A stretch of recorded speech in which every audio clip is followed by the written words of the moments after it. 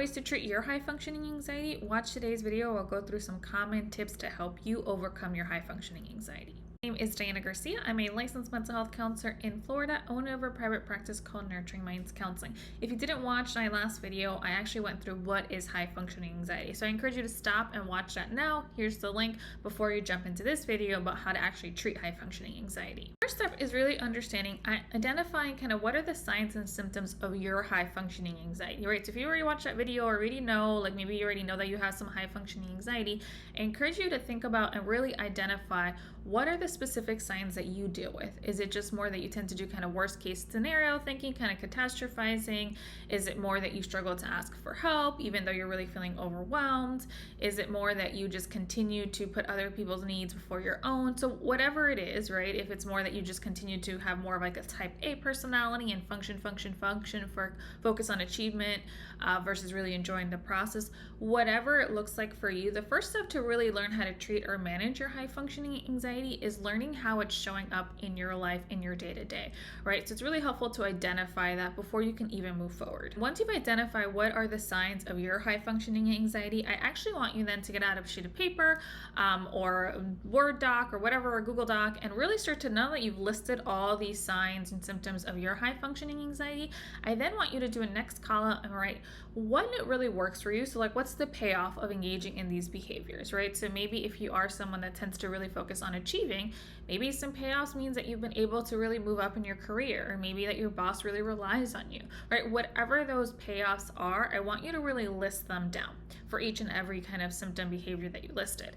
The next thing that I want you to do though, the next column, which this one might be really hard, I want you then to get really clear on what's the cost of each behavior, right? So again, if we go back to like, maybe you're someone that tends to focus on achieving and you tend to really push yourself, maybe the payoff is that you've been able to advance in your career, but maybe the cost is that at times you've had to sacrifice your well-being, time with family, friends, right? So I want you to get really clear, and I know I'm kind of generalizing that symptom or behavior, but I want you to think current now, what's kind of your high functioning anxiety, what are the behaviors, then list off what the current payoff is, and then what's the cost. I want you then to really start to look at, now that you've seen the payoff and the cost, I want you to analyze, are some of these costs way too high right now in your life, right? Are there instances where you're just no longer willing to pay that cost, right? And of course, acknowledging that if you are going to start to shift these behaviors, that some of the payoffs might go away.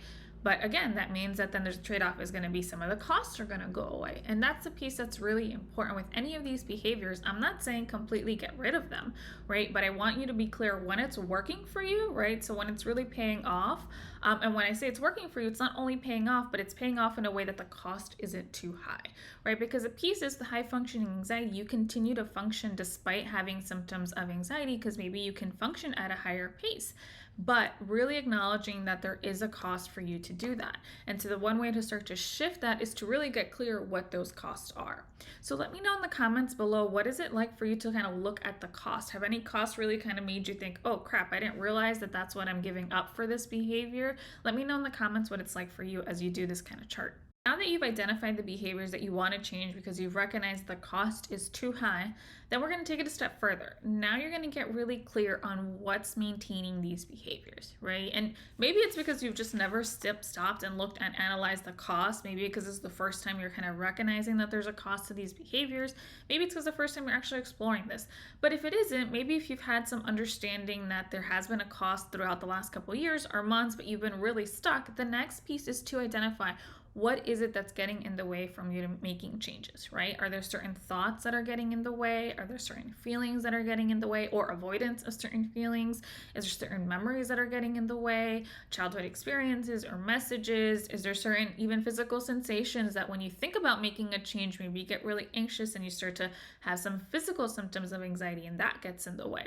So it's really helpful for you to start to understand any internal barriers that are getting in the way of you making this change, and also external, right? So maybe there's a person in your life that really benefits from you being high functioning, and so maybe they don't really want you to change, right? So really identify any internal barriers and any external barriers, because that's key. Once you understand what's stopping you from changing, then you can start to do the work to change. So now that you've identified the barriers for each behavior, then you're going to slowly start tackling what change looks like, right? So I'm just going to use one example to kind of guide you through, right? So going back to that piece, like maybe your high functioning anxiety is more that you don't really show your emotions, you don't really ask for help, right? And so the payoff is that other people really depend on you, people look forward to like talking to you, they can unload on you. The cost is that you really don't turn to people, you really feel overwhelmed, you feel lonely, maybe resentful, right? So one small way, now that you've identified what are the barriers, so maybe some internal barriers is this thought that, you know, you are the dependable one, you are the stronger one, you can handle more, or other people can't really meet your needs.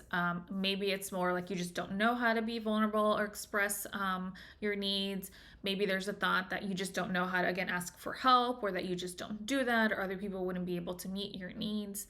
And maybe there's just some fear of what that looks like, fear of being disappointed, or maybe you've been disappointed in the past. Maybe you're just so resentful and you just don't even know how to move through that. Again, externally, maybe another person in your life, you feel like they wouldn't really be open to you changing this behavior. So once you've identified all these barriers, then it's getting really clear on like problem solving for each and figuring out what change actually looks like, right? And what's really, really key here is to start really small, right? So if it is more like you have difficulties letting people in, letting them know when you're feeling overwhelmed, it could be just starting really small, right? The next time your partner asks you to do something, but you're really, really overwhelmed, it could just be like, hey, you know what? I really want to help, and yet I'm feeling just so overwhelmed lately. Can we like sit down and talk about just what I'm feeling, right?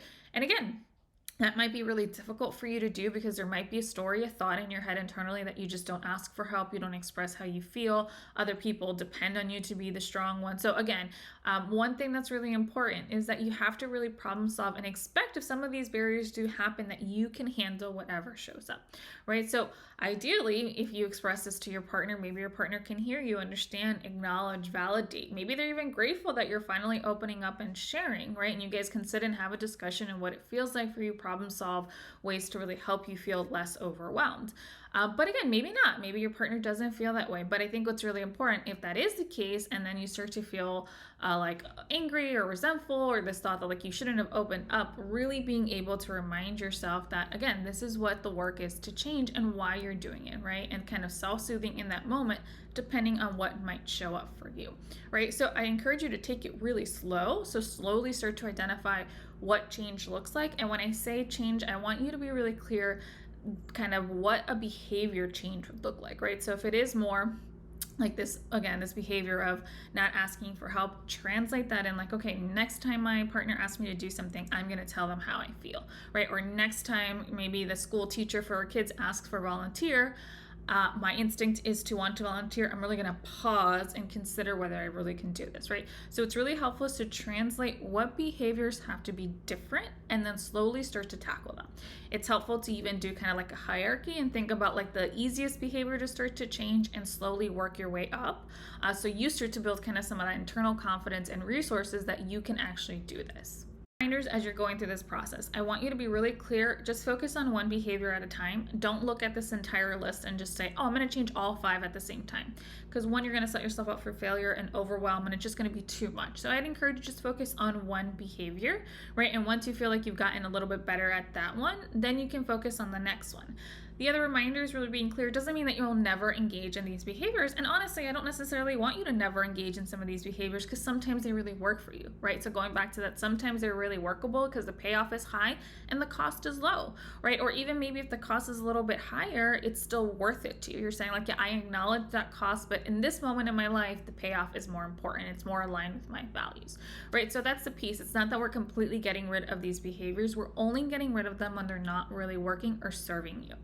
This other perspective is really being clear that once you identify like why you're making these changes and you're going to hit some roadblocks, really remind yourself of like, why are these changes important to you, right? So linking them back to maybe some of your own personal core values. And it might be more kind of values in terms of your relationship with yourself, right? Maybe you value kind of really taking care of yourself, self-care. Maybe you want to model that for your kids. Whatever these values are, maybe you value being assertive and really being clear, like, why are you making these behavioral change? Like there must be some type of internal reason that you're saying these changes are really important to me.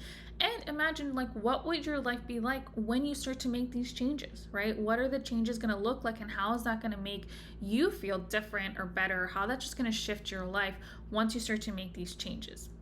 The other piece, really remember, as you're making these changes, you're going to hit roadblocks, whether that's external roadblocks or internal roadblocks. That doesn't mean that the changes isn't working or that you're failed or anything like that. Just expect that that's happened, right? Anytime we're doing something new or different, it's normal to expect there's going to be some bumps in the roads. And so the more you can problem solve and predict some of these kind of potential barriers, the more you're going to be in a better situation when you're confronted with them. And I want to be clear, when you do hit those barriers, it doesn't go into this like all or nothing mentality, like, oh, I'm done, like I'm never going to do this, see, this completely failed. So really steer clear from these kind of rigid perspectives when you're making these changes. Another reminder is, just because you are high functioning, right, going back to this high functioning anxiety, so you can continue to function at a high pace, continue to meet all these kind of different goals in your life despite internally feeling these symptoms of anxiety, doesn't mean you have to, or doesn't mean you should. And I think that's really important. Even though you can do it, it doesn't necessarily mean you should, right? And again, going back to maybe sometimes it's really important for you to do that, but again, maybe consistently doing it all the time isn't really working for you because, again, the costs are too high. This other perspective that's really important is that your needs matter, right? So when we're thinking of what's maintaining some of these behaviors, there might be some thoughts that other people's needs are more important, that because you can continue to function, like, just you'll suck it up, you'll be okay. But I want to really be clear that your needs are just as important, right? And so having that reminder while you're even doing all these changes and work, that your needs are really important and that you're allowed to have needs just like anyone else. It's also helpful to get some type of support or help through this process, right? So maybe that looks like, is there a close friend that you can kind of share, a trusted friend that you say, hey, look, I'm trying to make these changes, I really need help, I'm really feeling like I don't know if I can do this. So get some type of support, whatever that looks like for you. Maybe the support is more of just some type of accountability, right? So more it's like, yeah, I'm going to try to make these changes, I need someone to really help me stay on track, right? So whoever that looks like for you. And if you don't have that necessarily, then maybe it's like, can you join some type of group or some avenue to really get some type of support? Is it more of like you just kind of having those reminders in place of like how you can support yourself through this process? And of course, you can always seek professional help, right? So if you notice you're getting really stuck, that doesn't mean anything. Maybe it just means some of these patterns and behaviors are a little bit more ingrained, and maybe you just need an outside perspective to help you look at where you're getting stuck, that maybe you're not seeing something, maybe some blind spots, because we all have them, and that's okay. You get to figure out what type of support that looks like. So hit like right now if you needed to hear these reminders as you're making the change, the decision to tackle some of your high functioning anxiety. I hope this video was helpful for you as you start exploring your relationship with anxiety and figuring out what are the changes that the costs are too high and how you can slowly start to tackle these changes. I encourage you to subscribe to my email newsletter now, because that's the best place for you to get more resources, tips, worksheets, mindfulness exercises, what I'm really enjoying, resources that I use in my personal life. So I encourage you to subscribe to my email newsletter now. And as always, I encourage you to continue nurturing your mind, body, and soul, whatever that looks like for you guys.